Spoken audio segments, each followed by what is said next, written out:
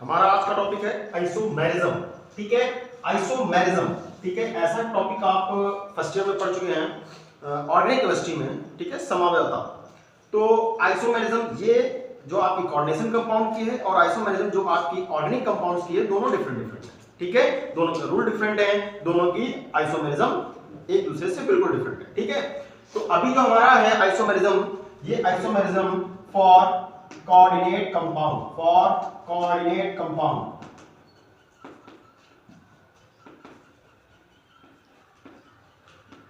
ठीक है, जितने भी आपके कोऑर्डिनेशन कंपाउंड्स होते हैं ये आइसोमेरिज्म इनके ऊपर फॉलो हो रही है, जो कि आज हम स्टडी करेंगे। ठीक है, तो सबसे पहले हमको ये जानना है कि व्हाट इज द आइसोमेरिज्म। ठीक है, व्हाट इज द आइसोमेरिज्म। ठीक है, तो आइसोमेरिज्म जब दो कंपाउंड्स, बेटा जब दो कंपाउंड्स दो यौगिक जिनका क्या बेटा सेम मॉलिक्यूलर फॉर्मूला। ठीक है, सेम मॉलिक्यूलर फॉर्मूला हो but different arrangement of atom.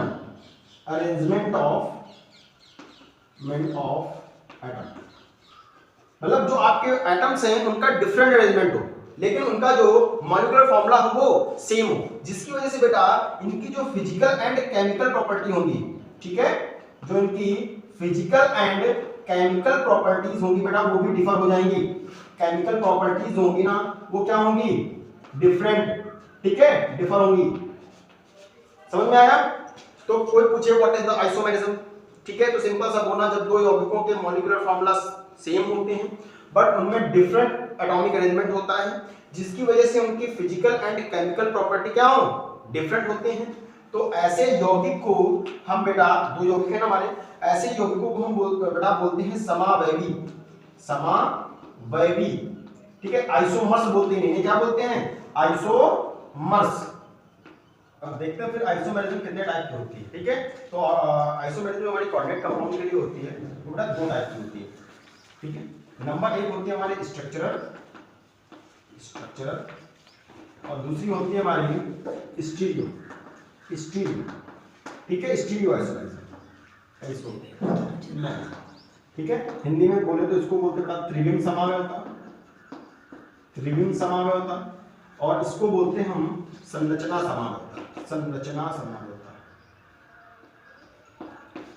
ठीक है, तो बेटा जो आपकी संरचना समावयवता होती है, ये फर्दर आपको बेटा जो आपका इंटर कोर्स है उसमें तो बेटा 4 टाइप्स का बोलता है, लेकिन आपका 5 टाइप्स और भी 7 टाइप के होते हैं, लेकिन हमारे लिए जो इंपॉर्टेंट है हम उनको यहाँ पर देखेंगे। ठीक है, उसके बाद जो हमारी स्टीरियो आइसोमेरिज्म है, ये आपकी 2 टाइप की होती है। ठीक है, देखते हैं ये जो हमारी संरचना समावयवता 5 प्रकार, कौन कौन से। पहली है हमारी आयनिक आइसोमेरिज्म,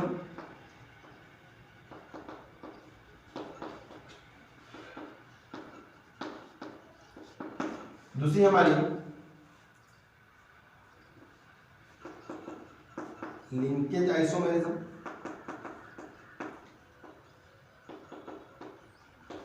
ठीक है, तीसरी हमारी हाइड्रेटेड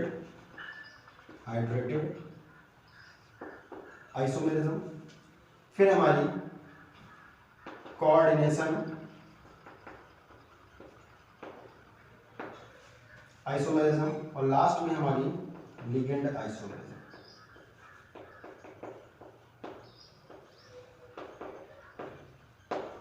ठीक है, कौन कौन सी, ionic, linkage, hydrated, coordination and ligand. ठीक है, तो ये हमारी 5 टाइप की यहाँ पर हो गई, और जो हमारी स्टीरियो आइसोमेरिज्म में 2 टाइप की होती है। नंबर 1 आपकी जो होती है जियोमेट्रिकल आइसोमेरिज्म, और दूसरी जो होती है हमारी वो होती है ऑप्टिकल आइसोमेरिज्म।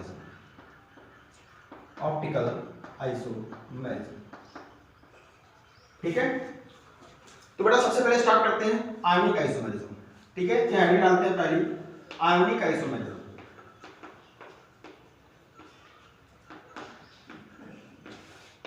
तो बेटा दो कंपाउंड लाइनेड हमारे पास 2 कंपाउंड है, एक हमारे पास CONH3 का होल 5 एंड SO4, और इसको कोऑर्डिनेट के अंदर रखा और बाहर रख दिया हमने Br। एक क्या हमारे पास कंपाउंड ये है और दूसरा हमारे पास कंपाउंड है लाइक दैट CONH3 का होल 5 Br और ब्रैकेट के बाहर SO4। ठीक है। अब नॉर्मली आपको हमने बताया था कि जब ये आपका वाटर के अंदर जाते हैं, जो भी कोऑर्डिनेशन कंपाउंड होते हैं, उसमें कोऑर्डिनेट एंटिटी आपकी फर्दर डिवाइडेबल नहीं होती, फर्दर डिसॉल्व नहीं होती है, वो आयनाइज नहीं होती है, जबकि ये आयनाइज हो जाता है। ठीक है। तो यहाँ पर जब इसको हमने पानी में डाला तो हमको दो आयन मिले। पहला तो हमको मिला CONH3 का होल 5 एंड SO4, जिसके ऊपर की प्लस का 1। ठीक है। और यहाँ पर हमारे पास बाहर है Br माइनस। ठीक है, क्लियर हुआ। तो यहाँ पर हमारे पास दो आयन हमको मिले। इसको जब हमने पानी में डाला तो हमको क्या मिला, देख लो, CONH3 का होल 5 Br और इसके ऊपर प्लस का 2 और ये SO4 2। समझो ध्यान से, यहां पर हमको देख लो, पहले तो दोनों का मॉलिक्यूलर फॉर्मूला सेम है, CO1 CO1, NH3 5 NH3 5, एक Br है, एक Br है, एक SO4 है, एक SO4 है, मतलब दोनों का ही मॉलिक्यूलर फॉर्मूला सेम है। लेकिन बेटा जब हमने इसको पानी में डाला तो हमको ये आयंस मिले, इसको पानी में डाला तो ये आयंस मिले। तो आप देख रहे हो ना कि दोनों का मॉलिक्यूलर फॉर्मूला सेम है, बट दोनों ही डिफरेंट आयंस प्रोवाइड करा रहे हैं सॉल्यूशन में। ठीक है, डिफरेंस आयन प्रोवाइड करा रहे हैं सॉल्यूशन में, तो इसलिए हम कहेंगे कि दे बोथ आर, ये दोनों ही क्या हैं, ये दोनों ही क्या हैं, ये आपके आयनिक आइसोमर्स हैं। क्या है ये? आयनिक आइसोमर्स हैं। बात समझ में आई? तो बेटा ऐसे दो यौगिक जिनका कि मॉलिक्यूलर फॉर्मूला सेम होता है, लेकिन पानी में डालने के पश्चात वो डिफरेंट आयंस देते हैं, उन्हें हम बोलते हैं आयनिक आइसोमर्स। क्लियर? इसके बाद जो हमारा नेक्स्ट है आइसोमेरिज्म, उसको देखते हैं।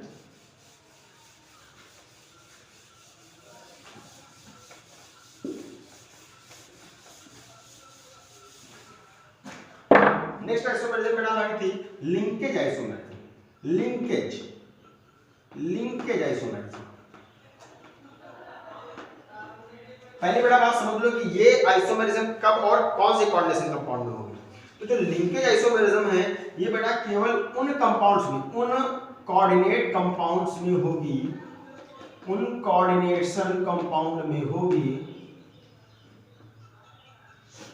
जिनमें बेटा एम्फीडेंटेड लिगेंड पाया जाता हो। एम्फीडेंटेड लिगेंड बेटा प्रेजेंट हो। अब बेटा एम्फीडेंटेड लिगेंड हमने आपको बताया था, जैसे कि SCN है ना, SCN एंड NCS। ये देखो बेटा दोनों ही क्या है, उभयदंती लिगेंड है। जैसे कि आपको बताया मैंने CN- एंड NC है ना। तो बेटा ये जो है ना, ये आपकी क्या है, उभयदंती लिगेंड है। इनमें बेटा दो डोनेटिंग साइट होती है, ठीक है ना, लेकिन एक टाइम पे केवल एक ही साइट आपका लोन पेयर डोनेट करती है। ठीक है, तो इसीलिए इनको बोलते हैं एम्फीडेंटेड, उभयदंती लिगेंड। और ये जो आपकी लिंकेज आइसोमेरिज्म है बेटा केवल उन्हीं कोऑर्डिनेशन कंपाउंड में आपकी उत्पन्न होती है जिनके पास की इस प्रकार का कोई लिगेंड प्रेजेंट होता है, एम्फीडेंटेड लिगेंड प्रेजेंट होता है, उन्हीं में केवल आपकी लिंकेज आइसोमेरिज्म होगी, फर्दर और किसी में भी नहीं होगी। ठीक है, अगर हम इसका एग्जांपल देखें, इसका एग्जांपल देख लीजिए। यहाँ पर लाइक आपके पास यहाँ पर है CONH3 का 4 एंड यहाँ पे 5 है, कोई दिक्कत नहीं, 5 ले लिया, और साथ में यहाँ पे हम NO ले लें, NO2 ले लें। ठीक है, ये भी होता है ऐसा, ये भी आपका एक NO2 एंड ONO है ना, ये तो बताया था मैंने। ये भी आपका एक प्रकार क्या है, उभयदंती लिगेंड है, इसको भी ले सकते हो। ठीक है, और एक मैंने ले लिया आपका CONH3 का 5 एंड ON। ठीक है, अगर मैं तुमसे पूछूं बताओ ये दोनों कंपाउंड जो हैं आपकी, ये किस टाइप की आइसोमेरिज्म शो कर रहे हैं, तो कहोगे सर इसमें और इसमें मॉलिक्यूलर फॉर्मूला सेम है, बट बेटा इसमें आप देख रहे हो कि यहाँ पर NO2 है, यहाँ पर ONO है, मतलब ये दोनों जो हैं एक दूसरे के कौन से हैं, एम्पीडेंटेड लिगेंड है, और जब एम्पीडेंटेड लिगेंड है तो बेटा यहाँ पर लिंकेज आइसोमेरिज्म होगी। ठीक है, याद रखना सीधा सीधा कि जब कभी भी तुमको एम्पीडेंटेड लिगेंड दिख रहा हो कहीं पर तो आप सीधा कहना कि वहां पर लिंकेज आइसोमेरिज्म होगा। क्लियर हुआ? उसके बाद नेक्स्ट देखते हैं,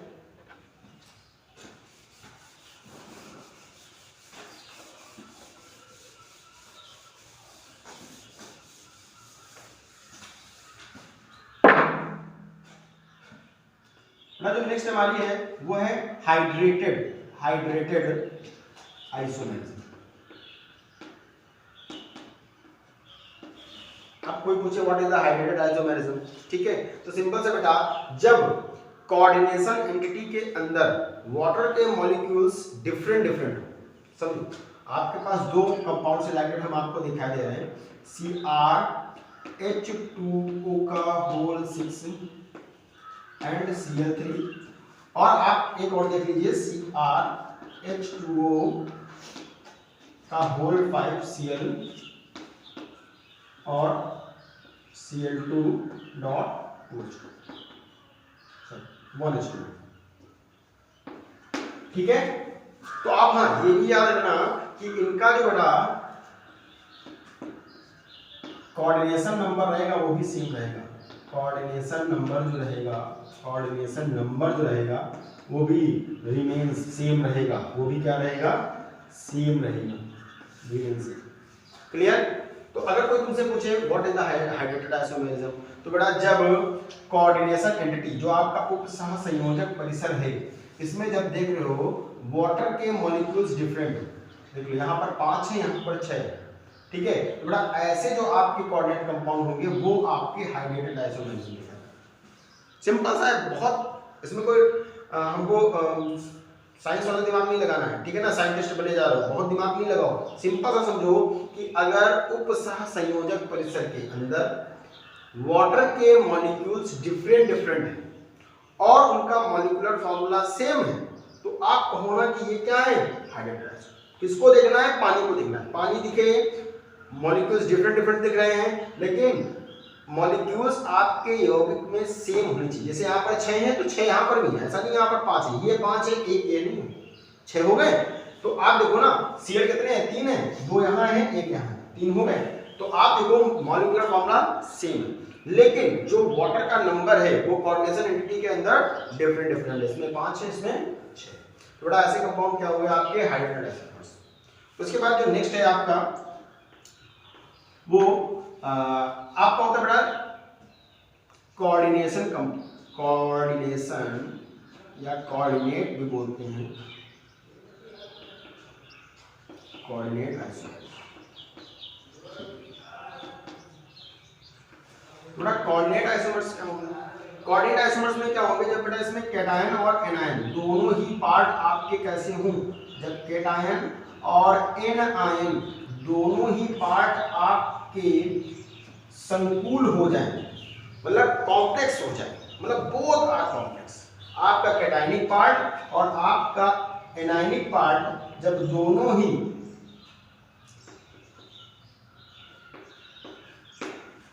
क्या हो जाए, संकुल हो जाए, कॉम्प्लेक्स हो जाए। जैसे आप इसको देखो, एक आपके पास ये कंपाउंड है और दूसरा आपके पास ये कंपाउंड है,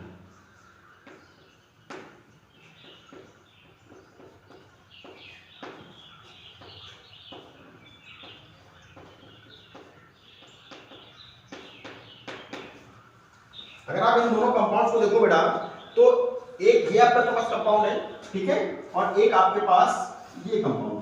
इन दोनों कंपाउंड में अगर आप देखो तो ये आपका क्या होगा, ये आपका इसके ऊपर पॉजिटिव चार्ज आएगा, इसके ऊपर नेगेटिव आएगा, इसके ऊपर नेगेटिव आएगा, इसके ऊपर पॉजिटिव आएगा। दोनों में अगर देख रहे हो तो यहाँ पर जो आपका कैटायन पार्ट है और एनायन पार्ट है, जो आपका कैटायन पार्ट और मतलब धनायन पार्ट है, जो आपका ऋणायन पार्ट है, दोनों ही आपके बेटा कॉम्प्लेक्स है। क्या है ये, कॉम्प्लेक्स है, संकुल है, ठीक है, कोऑर्डिनेशन एंटिटी के अंदर है, ठीक है। तो बड़ा ऐसे कंपाउंड को जब आप देखोगे तो उनमें ही केवल आपका कोऑर्डिनेट आइसोमेरिज्म क्रिएट होगा, कोऑर्डिनेशन आइसोमेरिज्म आएगा। यहाँ पर देखो NH3 6 है, यहाँ पर Cl6 है, यहाँ पर देखो कुछ नहीं, बस आप Cl को इधर लेकर आ गए और NH3 को इधर लेकर चले गए, क्या हुआ, कुछ चेंज हुआ, चेंज हुआ, बस कैटायन और एनायन इनका चेंज हो गया, जो इनका कैटायन था वो एनायन बन गया, जो एनायन था वो कैटायन। क्लियर हुआ। तो बस ऐसे ही कंपाउंड को आपको देखना है, सीधा बताना है, सीधा टिक करना है कि हाँ ये कोऑर्डिनेट आइसोमर्स हैं। उसके बाद बेटा जो लास्ट है आपका वो है आपका लिगेंड आइसोमर्स या लिगेंड आइसोमर्स जिसे बोलते हैं।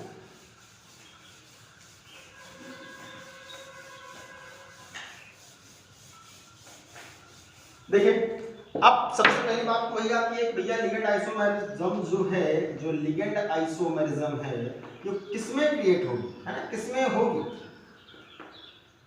किसमें एग्जिस्ट करेगी लिगेंड आइसोमेरिज्म। तो लिगेंड आइसोमेरिज्म बेटा केवल उन कंपाउंड्स में एग्जिस्ट करेगी जिनका जो लिगेंड है वो सेल्फ, जो लिगेंड है बेटा वो खुद क्या हो, वो खुद बेटा आइसोमर्स हो, वो खुद आइसोमर। समझो, जैसे कि आपको एग्जांपल देते हैं, एग्जांपल ज्यादा समझ में आएगा। आपके पास एक कंपाउंड है CH2CH2CH2 और इसके साथ यहाँ पर आप NH2 जोड़ दीजिए और यहाँ पर आप इसके साथ NH2 जोड़ दीजिए। एक तो आपके पास ये कंपाउंड है, एक ये लिगेंड है आपके पास, बाइडेंटेड लिगेंड है ये, और एक लिगेंड आपके पास ये CH2CH3, यहाँ पर NH2 लगा है और यहाँ पर NH2 लगा है। ठीक है बेटा, इसका नाम होगा आपका प्रोपेन 1,2 यहाँ पे 1 and 3 1 2 3, ठीक है 1 2 3, तो 1,3 डाई एमाइन, ठीक है 1,3 डाई एमाइन। जबकि यहाँ पर देखोगे 1 2 3 प्रोप एन 1,2 डाई एमाइन, ठीक है। अब बड़ा हाँ, जब इनके कॉमन में ऐसा लिख के नहीं आएगा, ठीक, इतना बड़ा बड़ा लिख के नहीं आएगा आइसो, जब आपका आइसोमेरिज्म पूछा जाएगा, आईयूपीएसी जब पूछी जाएगी तो इन लिगेंड्स के नाम कैसे लिख के आते हैं, इसका नाम लिख के आता है बेटा TN और इसका नाम लिख के आता है बेटा PN, क्या लिख के आता है PN। याद रखना, जब ऐसा आपको कहीं पे दिख जाए TN दिख जाए तो बेटा इसकी बात कर रहे हैं, प्रोपेन 1,3 डाइमाइन की बात कर रहे हैं, और अगर PN दिख जाए तो बेटा 1,2 प्रोपेन 1,2 डाइमाइन की बात कर रहे हैं। और जब ऐसे कंपाउंड आपके, ऐसे लिगेंड जब आपके किसी ऑर्गेनिक कंपाउंड के अंदर दिखेंगे तब बेटा आप क्या कहना कि वो लिगेंड आइसोमर्स है। क्लियर हुआ, समझ में आया। अभी हमें तो आपको बताना है कि ये कंपाउंड्स और ये कंपाउंड्स कौन से आइसोमर्स हैं, कि आपके ये कंपाउंड्स और ये कंपाउंड्स कौन से आइसोमर्स हैं, ठीक है। तो आपको ये बताना होगा कि ये जो आपके सामने कंपाउंड लिखे हुए कौन से आइसोमर्स हैं, ठीक है। ये आपका होमवर्क है, इसको कंप्लीट करके देखिए। ओके।